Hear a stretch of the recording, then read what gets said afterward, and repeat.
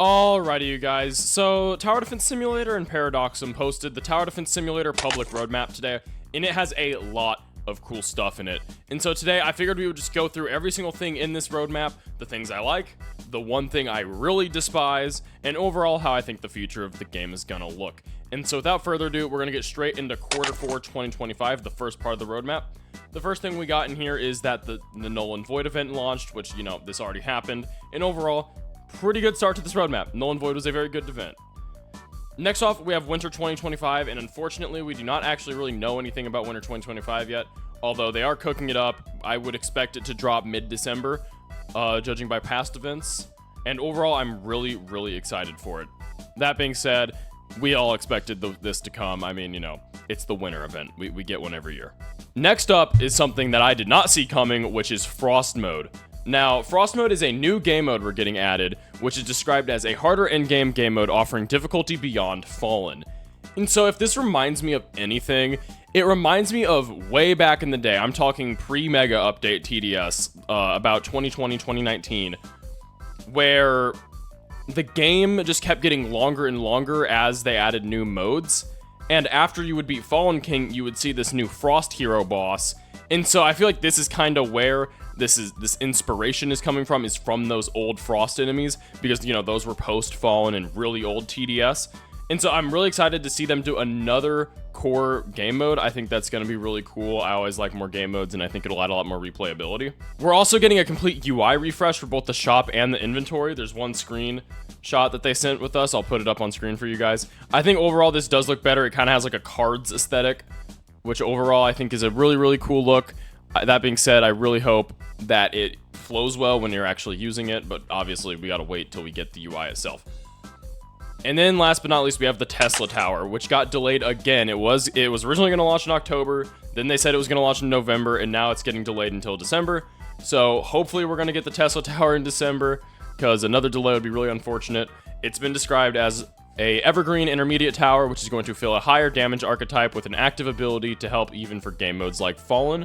So looks like it's gonna appeal for some of those mid-tier modes, but also still have some use for players who want to use it in harder modes. Now, we kind of already knew most of that stuff was coming outside of Frost Mode. Q1 2026 is when we get to the cool stuff, namely the hardcore rework, which, let's be real, we've been wanting this for so long. I talked about why hardcore sucks. It's a really dated mode, and I'm really excited to see a hardcore rework. Hopefully it'll be tied in with the story.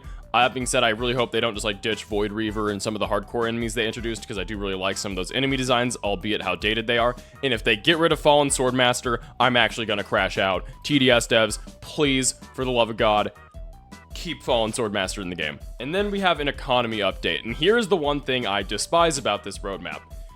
The economy update is them adding a new currency for cosmetic items, and that is where I do have a problem. I think a cosmetic-specific currency is really good, assuming you can get it pretty easily. Games like Paradigm Shift Tower Defense have done that, and I think overall that was a great mechanic. My issue is with skin quantities and crafting. That's right. For whatever reason, they're adding a quantity and crafting system to the game with skins, and I just think this is way overcomplicated, and overall just makes the skin system confusing. Duplicates are getting added, and who wants skin duplicates? I don't like it. It's making it way harder to get the skins you want. At the end of the day, I don't think we need a crafting system. They should add a skin store where you can just buy the skins with the currency. I'm really not a big fan of this. They described it as skins will now have quantity counts, letting players collect and stack duplicates. These duplicates can be used as materials into the crafting system to create new skins, giving every skin drop additional value and expanding long-term cosmetic progression. And that's my issue, is because at the end of the day, who wants duplicates? Just give us a skin shop. That would solve this. And like, compare it to something like the skin exchange in TDX. No one likes that mechanic. It's bad. It's dated, and overall it adds just too much RNG into the skin system. Just let us buy the skins with the currency. That would be the best update they could do for skins. I want to make this abundantly clear. I am not a fan of duplicates in skin quantities. That is the hate you're going to get from me in this video, is just do away with that, Paradoxum, please. We do not need skin dupes. I'm telling you, it is a bad path to go down. Anyways, salts aside, getting back into, you know, good, fun, happy things, yay. Map difficulty reward scaling. I've been wanting this in TDS for years. Again, it's super important. I mean, look at a game like TDX where, you know, map difficulty scaling is so good for, you know, deciding what you want to play. I really think that this is important. I really think that this is something that is going to be really good for the game because it's going to, you know, incentivize you to not play every game on Grass Isle. And next, we have PvP Season 1. And they did not give us any information other than they are continuing PvP, which I know a lot of people were saying, oh, PvP's dead, they're not going to update it anymore. But we are getting PvP Season 1. Hopefully they'll fix the game and not make it absolutely terrible. And overall, I am psyched. Moving on to Quarter 2, 2026. We're getting a story mode, apparently. I don't know what that means. They did not give us any information. Apparently, we're getting a story. I don't know what exactly this means. I don't know if this is going to be like a prequel type of thing to explain, like, you know, where TDS came from. Because, like, typically the events are seen as the story mode. So I'm really confused as to what the story mode is going to be, but not like bad confused. It's more of like, oh wow, we're getting a proper tried and true story mode. I think this will be really good for the game. And overall, lore heads like me are going to have a blast dissecting the lore. And next up, Golden Mode is returning, ladies and gentlemen. Finally. Finally, it has been years since Golden Mode's been in the game. I mean, technically it came back with admin mode as like, you know, something that you can like spawn in legacy golden units. But Golden Mode finally coming back. I have been wanting Golden Mode to come back ever since they removed it almost, what, 5 years ago now? But we're finally getting Golden Mode back. I'm really excited to see what they do with this. They did not tell us anything other than Golden Mode is coming back, and this is going to be really exciting.